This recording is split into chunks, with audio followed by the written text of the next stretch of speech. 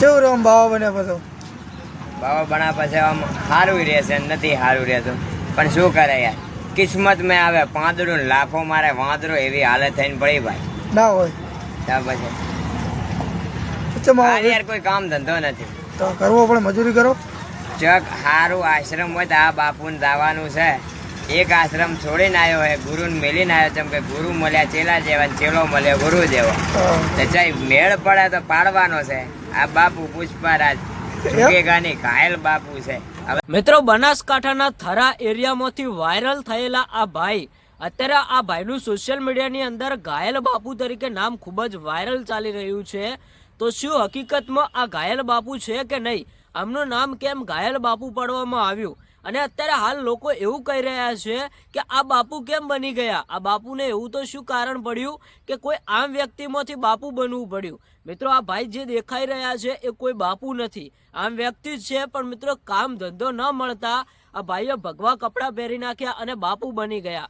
સીધી વાત મિત્રો, આ ભાઈને કોઈ કામ નહોતું કરવું, એટલા માટે જ આ ભાઈ બાપુ બની ગયા અને ભગવા કપડાં પહેરી નાખ્યા. તો ઘણા બધા લોકો એવું કહી રહ્યા છે કે આ ભાઈને કેમ ઘાયલ બાપુ તરીકે ઓળખવામાં આવે છે? શું ખરેખર આ બાપુ ઘાયલ છે? તો મિત્રો, એક વાત કે અત્યારે હાલ તમે આ ભાઈના ક્યાંક ને ક્યાંક વિડીયો જોયા હશે, એટલે કે આ ઘાયલ બાપુના વિડીયો જોયા હશે. એમાં મિત્રો, આ ઘાયલ બાપુ જોડે એક એક્ટિવા છે અને જ્યાં જુઓ ત્યાં રસ્તામાં આ ઘાયલ બાપુની એક્ટિવા બગડી જતી હોય છે. તમને ક્યાંક ને ક્યાંક આ બાપુ જોવા મળ્યા હશે.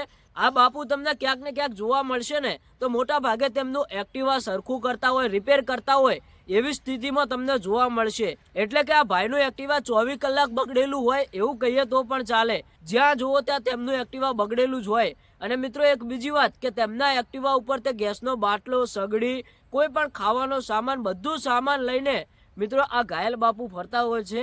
એટલે ઘણા બધા લોકો આ ભાઈને ઘાયલ બાપુ કહે છે. અને આ ભાઈએ ખુદ બતાવ્યું છે કે કોઈ કામ ધંધો ન મળતા આપણે ઘાયલ બાપુ બની ગયા છીએ. એક જ સીધી વાત. સૌથી પહેલા તમે એક આ વિડીયો જોતા જજો મિત્રો, તમે પણ વિચારમાં પડી જશો, ખરેખર તમને હસવું આવી જશે. અને સારી એવી એક કોમેન્ટ કરતા જજો.